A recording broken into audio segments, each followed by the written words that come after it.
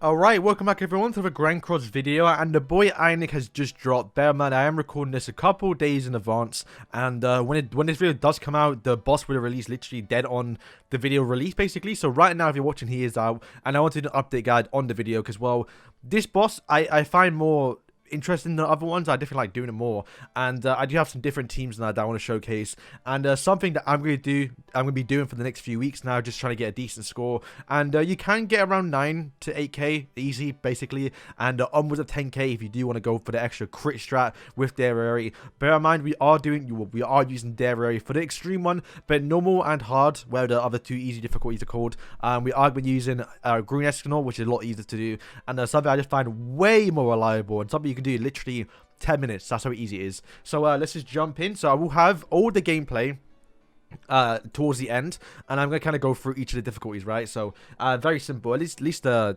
extreme one, because it's very easy. So firstly, we start off with extreme. We are going to be using this team here. This is my go-to team. This is like the best way to get a high score, I do believe. So this team here, obviously the CC may vary because I don't really have the association on right now properly, but this is the team. Now the reason why we're using this team, I always say this because, well, you want to crit with their road. That does mean you need the maximum crit chance, and the reason why this team works is because, well, Gopher does have the passive to increase everyone's attack related stats, so more chance for my Derry to crit. Derry is obviously the big damage dealer here. You don't have to be 6'6", but it will be easier, and you will get a lot more points the more dupes you have for Derriere. And then I'll show again afterwards. Slater work because he does have the passive to where he decreases the enemy's crit resistance for free if his crit chance is very high. So you'll see why this is important later on. And Hellbrum is there to buff up, since we do need a buffer that is not a human. That's why Easton doesn't work, because Slater is a human. So for the gear quickly, I'll show you, and not make this too long because that's the last thing I want to do, is this here. Simple attack, HP defense. This is the best way to do your stuff, because you do get more actual points of having remaining HP, and that's why it's quite important. Derriere, what you want to do is definitely crit attack, or attack crit, right? So I already had attack set or attack defense, so I just literally replaced these two pieces with you know, what's it, I gave that resistance too, because I think it would be easier. But you can see I do have resistance, or it's a defense gear. So I do recommend you have to put crit on. If you crit, because you're going for the crit strat, right? You want to get as much damage as possible. So definitely is the route to go towards. And yeah, I mean, I definitely mix the top bits as well. Do a 5, I would say. So I got 5 attack and then a 5 crit damage too. It's kind of what you want to go towards, and try and make it as easy as possible. Then next is the most important one, which should be very easy, and to be fair, maybe costs like 10 million gold. It's a little bit expensive, but not in this current state of Grand Cross. It's definitely quite easy. We do have this thing here. So I showed it before. You probably want to give these two pieces UR gear, but to be fair, I'm not trying to go for like a top guild here. I'm just trying to get what I can, and you'll be fine with this HP. But bear in mind, you will get more points if you do have these UR gear with max rolls, right? So like we found out, his passive does work because, well, he decreases enemy crit resistance if the actual crit chance is high. So this is what we have here. We have a maximum, basically, almost crit chance. Just keep on rolling. There's a new system right now where you can just keep on just autoing it until it does go 4.5 or higher. That's what I would do, because bear in mind, you would have the maximum chance, but to be fair, I'm not going to sit here for like another few hours trying to roll an extra 4.5 for an extra, what, 0.5%. It helps, but not really that important. Then this part here is quite important. You will have a max resistance possible, because, well, when the boss does his AoE skill, you want to make sure you hit resistance, especially in hard difficulty. But I'm not really using my hard, but yeah, definitely go for resistance and for HP as well. And then Hellbrum, don't really care about. He is my weaker character, which is quite annoying, but literally, boom, just give him any HP defense set, he's fine. It's kind of what I go towards. And then lastly, I guess, is Super Awakening. You have to have Slater Super Awakening 4, because he does get extra crit chance, which will work towards passive. And then Hellbrum, you want to get Super Awakening 3 at least, because, well, he's going to get more HP. Don't do Super Awakening 4, because they can do more damage, which you don't really want to do. Okay, so for normal and hard, this is the team I'll be using. Mono green, it's more or less just the easiest team to go towards. You can actually get a higher score using the exact same team here, but on a hard difficulty. But I tried for like a few days and I just couldn't do it. It's so much RNG based, and literally the best score I could get with this team without critting on the actual boss was around 2k, 1.9, and this team guarantees me like 2.4, 2.5, depending on the actual like depend on your HP stuff, right? So literally all we have here is Escanor 6-6. I'm sure most of us have him 6-6. He's very easy to get 6-6. Literally all he's got is attack defense, which I'm sure all of us have, or attack crit. Doesn't really matter too much, and that is because we do use the 1 in PvP. And then the Merlin, I have HP defense on, but it's not UR gear. It's just something I just put on. I think my Lucia one. Yes, it is. So, yeah, if you have HP defense for her, then you're going to get even more points. And Jillian is literally the exact same thing, HP defense. And the difference is she is going to be super weak and free, because once again, we want to get as much HP as possible. And then last is Elizabeth, who once again is going to be UR gear, because all of us should have Elizabeth UR gear for obviously God Elizabeth. And she is obviously super weak and free. So, yes, there was the team. Literally, you just you will see right now when I jump to it, it's very easy. So, yeah, let me quickly explain the actual strat for the extreme one. Literally simple. You start turn 1, you use 2 off Slater and obviously Helper and skills. You move twice with Derriere. The second turn, you literally just move Derriere 3 times to upgrade of Goldfar, because you are going to be ulted next turn. And then the next turn, he does seal you, but you already have your ultimate, so it doesn't really matter. And then right here, what you would do is literally use her tier 2 boost, because you upgraded it. Use a Help him card and ult, and then waste any skill you do have. If you have a good hand, then just move something. It doesn't really matter too much. The next phase, what you do, since you do have the buff already from Derriere, you then use a skill, break this shield as much as possible. Make sure you apply the actual Slater debuff, because if he does use his debuff skill AoE, he will remove your buffs. You know, make sure you constantly keep on applying that every time you can. Also, if you can get some good RNG, just use all your Derriere cards when possible, and try and build up to a tier 3 Derriere and also Hellbrim with obviously trying to ult drain as much as possible, because when the boss does ult, he will derank your cards and remove your ultimate gauge. So yeah, it's cool, kind of all RNG, and then once you do get a good run, you get like maybe 10 buffs if you're lucky, and tier 3 from everyone basically. And when everything is done, all you do is literally break the shield with Derriere if you haven't already done it. Then you use Hellbrim's ultimate, because it will remove the crit resistance buff he does have on him when you do break the shield. Then you buff up with Hellbrim. You want to make sure that's kind of important, which is why I sometimes don't use the association for him, because he may do too much damage, especially in the hard difficulty. And beam your ult with Derriere. Hope you do get obviously an actual good crit, or if you do crit, because it sometimes doesn't. But to be fair, I have a good RNG, at least I don't really struggle with the extreme one. And then beam you crit, and that's kind of all comes down to if you do have some good RNG, and also as well if you do get 10 buffs, and it kind of all depends on how good your run is. But yeah, that is how to get around 4k points, almost 5k if you're lucky, with if you do have the gear and also the ult level and stuff. And then for hard and extreme, it's very simple. I don't need to explain it. You just move 4 times, ult for Escanor on turn 2, and you're done, and you get 2.5k points. Very easy. Okay, so that is it. Definitely do leave a comment. I'm trying to answer it. And yeah, right now I'm going to jump cut to the gameplay of me defeating it. There's no commentary because I did it early, like last night, and obviously in the morning, so I couldn't record. But pretty bad. There's no commentary. I've already explained what to do. You can kind of just watch it and see what I did. And yeah, good luck. And yeah, thank you guys for watching, and peace.